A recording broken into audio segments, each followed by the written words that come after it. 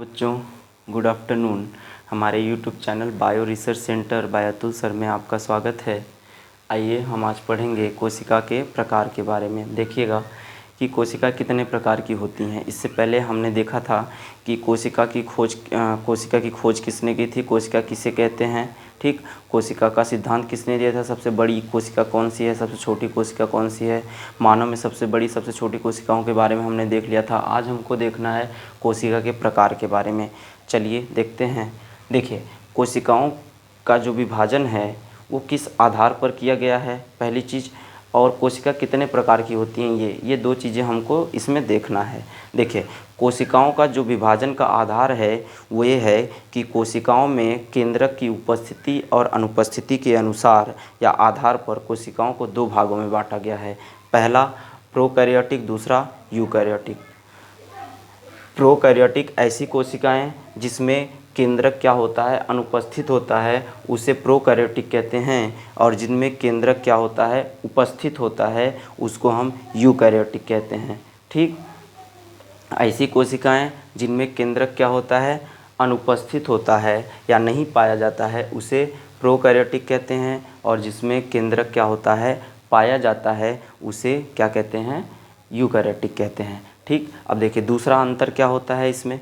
कोशिका द्रव्य कोशिका में फैला होता है। जो कोशिका द्रव्य होता है प्रोकैरियोटिक कोशिकाओं में, कोशिका द्रव्य कोशिका में फैला होता है। कोशिका द्रव्य क्या होता है, कोशिका द्रव्य जो कोशिका में तरल पदार्थ होता है उसी को कोशिका द्रव्य या जीव द्रव्य कहते हैं। वो क्या होता है, केंद्रक, वो क्या होता है, प्रोकैरियोटिक कोशिकाओं में फैला होता है, ठीक।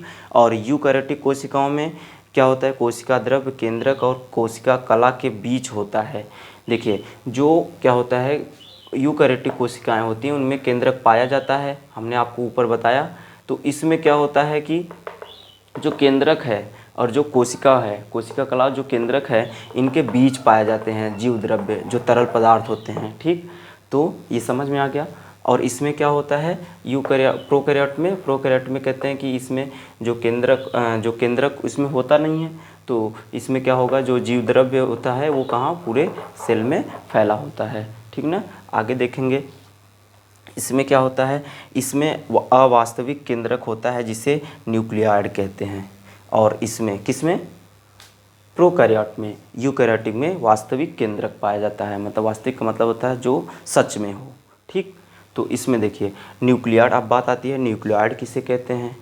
न्यूक्लियाइड जब क्या होता है, अनुवांशिक पदार्थ क्या होता है, किसी भी प्रकार के झिल्ली से नहीं घिरी होती, तो उसे हम क्या बोलते हैं, न्यूक्लियाइड कहते हैं। और जब यही अनुवांशिक पदार्थ किसी झिल्ली से घिर जाती है तो उसे हम क्या बोलते हैं, केंद्रक बोलते हैं। जब अनुवांशिक पदार्थ जिस झिल्ली से घिरती है उसको क्या बोलते हैं, केंद्रक झिल्ली कहते हैं। अनुवांशिक पदार्थ क्या होता है, जो माता पिता से संतानों में किसी लक्षण को ले जाते हैं उसी को हम क्या बोलते हैं, अनुवांशिक पदार्थ कहते हैं, ठीक।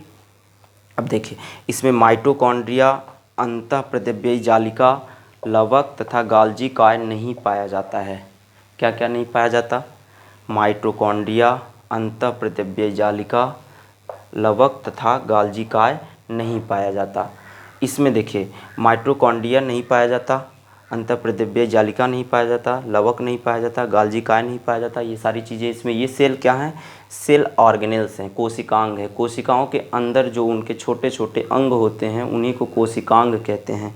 ये उसके अंदर क्या होता है, नहीं पाया जाता, किसमें, प्रोकैरियोटिक कोशिकाओं में ये अनुपस्थित होता है। लेकिन देखिए एक बात और यहाँ ध्यान दीजिएगा, जो माइटोकॉन्ड्रिया है, अगर माइटोकॉन्ड्रिया नहीं पाया जा रहा है तो क्या इसमें क्या एटीपी का फॉर्मेशन नहीं होगा, एटीपी का फॉर्मेशन होगा। अगर नहीं पाया जाता तो इसमें एटीपी कैसे बनता, तो इसमें एटीपी बनेगा, मीजोसोम नामक क्या होता है, एक कोशिकांग पाए जाते हैं जो किसमें होता है, बैक्टीरिया में पाया जाता है। वो इनफोल्डिंग स्ट्रक्चर होता है, हम जब बैक्टीरिया आपको पढ़ाएंगे तो उसमें वो हम आपको बता देंगे, ठीक ना। तो ये हो गया, इसका एग्जाम्पल आपको देखना है तो देख लीजिएगा, जीवाणु बैक्टीरिया हो गया और नीलहरित शैवाल हो गया। अब आइए देखते हैं इसमें जो यूकैरियोटिक होती हैं। यूकैरियोटिक कोशिकाओं में सभी प्रकार के कोशिकांग क्या होते हैं, उपस्थित होते हैं, सिर्फ किसको छोड़कर, मीजोसोम्स। हम आपको बताया अभी कि मीजोसोम यहाँ पाया जाता है, बैक्टीरियल सेल में पाया जाता है। मीजोसोम का भी काम वही होता है जो माइटोकॉन्ड्रिया करता है, ठीक ना। इसमें भी क्या होते हैं, डाइजेस्टिव एंजाइम या पाए जाते हैं, या पाचक एंजाइम इसमें पाया जाता है, ठीक ना, जो क्या करते हैं, मेटाबॉलिक एक्टिविटी को या उपापचय क्रियाओं को क्या करते हैं, रेगुलेट करते हैं। वही चीज़ इसमें कौन करता है, मीजोसोम नहीं पाया जाता इसमें, ठीक। और इसमें मीजोसोम पाया जाता है। इसमें माइटोकॉन्ड्रिया वगैरह अच्छे से पाए जाते हैं। इसमें आप यहाँ लिखे भी हैं कि इसमें सभी प्रकार कोशिकांग क्या होते हैं, पाए जाते हैं, सिर्फ मीजोसोम को छोड़कर। जैसे क्या हो गया, सभी जंतु एवं पेड़ पौधे, ठीक, ऑल एनिमल्स एंड प्लांट, ठीक। तो ये हो गया, आप इसका एक स्क्रीनशॉट ले लीजिए, तब हम आगे चलते हैं। चलिए आइए, हो गया आगे। अब इसके बाद देखते हैं इसमें क्या होता है। प्रोकैरियोट में राइबोसोम 70S प्रकार का होता है, ठीक ना। और इसमें क्या होता है, राइबोसोम 70S तथा 80S दोनों प्रकार का होता है। किसमें, यूकैरियोट में, ठीक ना। अब आइए देखते हैं एक बहुत ही मज़ेदार बात कि जो प्रोकैरियोट में होता है, समसूत्री तथा अर्धसूत्री विभाजन नहीं होता है, ठीक। और इसमें क्या होता है, इसमें समसूत्री विभाजन तथा अर्धसूत्री विभाजन दोनों प्रकार का विभाजन होता है, ठीक। ये हो गया आपका क्या। अब देखिए एक चीज़ इसमें और ध्यान देंगे, समसूत्री और तथा अर्धसूत्री विभाजन क्या होता है। देखिए, जब ऐसा कोशिका विभाजन जिसमें मातृ कोशिकाएं दो पुत्री कोशिकाओं में विभाजित होती हैं तथा दोनों पुत्री कोशिकाओं में मातृ कोशिकाओं के ही जैसा गुणसूत्र किसमें हो जाए, पुत्री कोशिकाओं में हो जाए, उसे समसूत्री विभाजन कहते हैं। और अर्धसूत्री विभाजन में क्या होता है, ऐसी कोशिका विभाजन जिसमें मातृ कोशिकाएं दो पुत्री कोशिकाओं में विभाजित होती हैं और उनमें मातृ कोशिकाओं के अपेक्षा पुत्री कोशिकाओं में क्रोमोसोम का जो नंबर होता है, गुणसूत्र की जो संख्या होती है, वो क्या हो जाती है, आधी हो जाती है। उसे हम क्या कहते हैं, अर्धसूत्री विभाजन। अर्ध का मतलब होता है आधा, सूत्री का मतलब होता है गुणसूत्र। जब क्या होते हैं, गुणसूत्र आधे हो जाते हैं कोशिका विभाजन में, तब उसी को हम क्या बोलते हैं, अर्धसूत्री विभाजन या समसूत्री विभाजन कहते हैं। समसूत्री विभाजन में क्या होता है, विभाजित होगा लेकिन गुणसूत्रों की संख्या क्या होगी, समान होगी, ठीक। धन्यवाद।